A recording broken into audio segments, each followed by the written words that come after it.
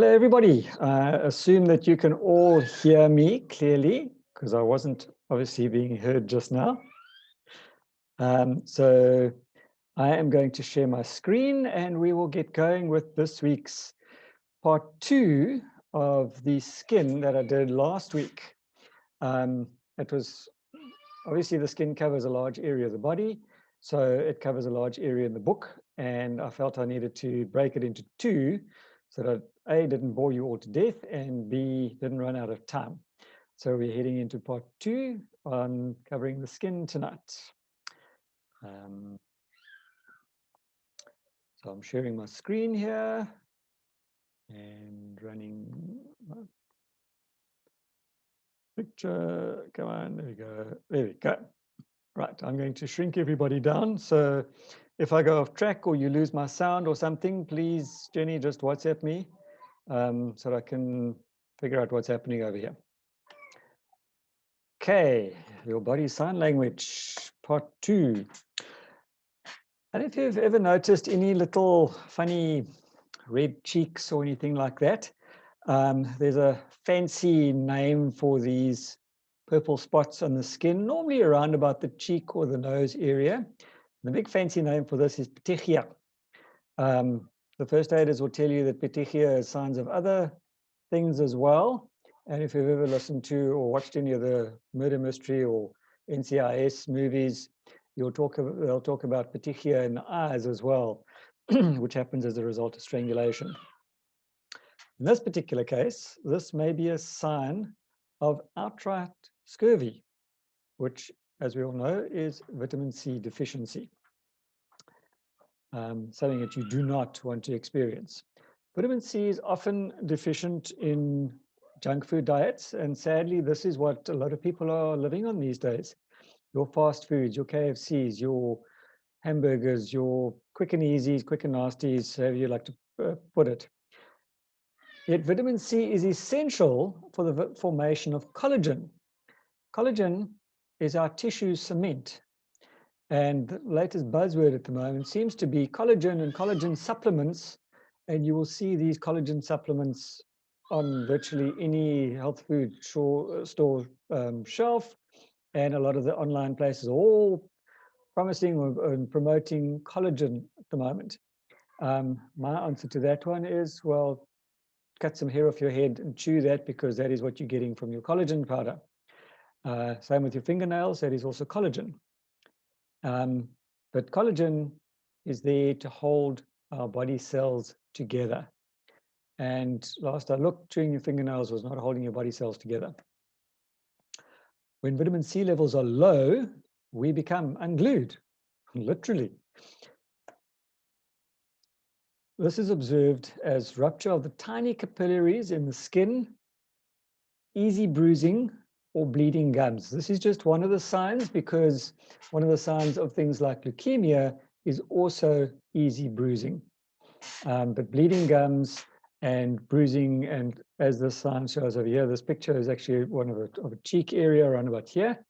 That's where you're going to find a lot of these little burst capillaries. The tendency to bruise easily will often disappear when vitamin C and flavonoids are added to the diet. As we know, flavonoids are a very potent form of vitamin C.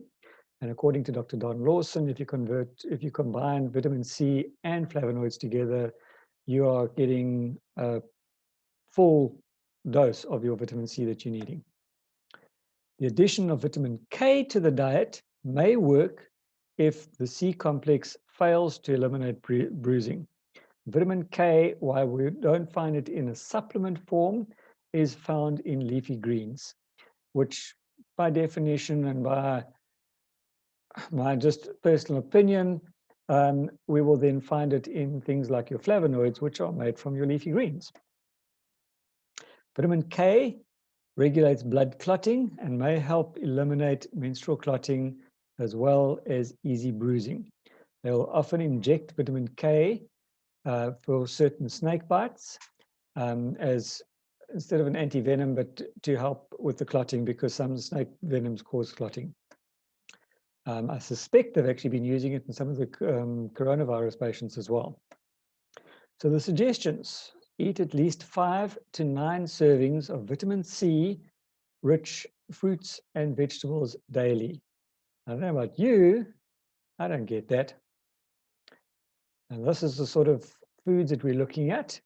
Apologies for the small picture, but you will get the idea if you look at the recording of this.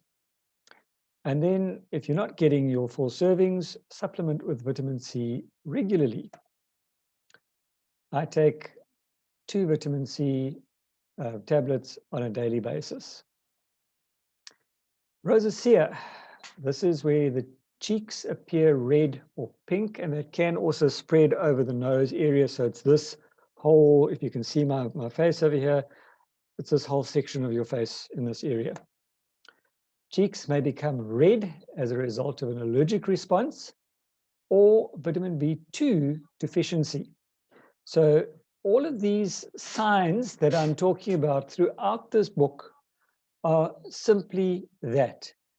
It is a symptom of one of numerous different problems that could be there. It is the same as a headache. A headache can simply mean you're dehydrated, or worst case scenario, it could mean that you've got a brain tumor. But we don't go running off and figuring out we've got a brain tumor at the first sign of a headache. We look at all the other problems first. A low hydrochloric acid content of your stomach may also be a factor. As we get older, we produce less hydrochloric acid in the stomach. Rosacea has been associated with spices, alcohol, hot beverages, and allergies. So you see it not just the worst case scenario. Poor stomach function increases the likelihood that allergens won't be well tolerated because they can't be completely digested. As you know, you chew, when you're eating, you put food in your mouth, you chew it, it goes down into the stomach, and that is where the stomach acid goes to work. That stomach acid is not there, we've got a problem. Low stomach acid also increases the allergy response intensity because your immune system is obviously not working so well, so your body will react in a more vicious way. Suggestions, and this is where one has to go through sort of an allergy test to learn which foods to avoid, but you can avoid foods that trigger reddening of the cheeks. If you know that you've got a problem, one of the ways to do that is to go on a sort of a fasting diet where you eliminate everything except bland foods, and then slowly but surely add back whatever foods you're looking for one at a time, very much like you would wean a baby onto solids. And that way you'll be able to see, and you can keep a journal and track and see what reaction your body has. So you'll know where your allergies are. Consider the possibility of H. pylori infection. The H stands for Helicobacter, and that is what leads to ulcers, not stress. Stress depletes your vitamin B, which then leaves you, or obviously makes your stomach acid less, which leaves you open to infections. And this is where your H. pylori comes in, and that is why it is tied in with when you get stressed, you develop stomach ulcers, not because of the stress, but because of the bacteria. Now we're going down a little bit further, and we're going on to the elbows.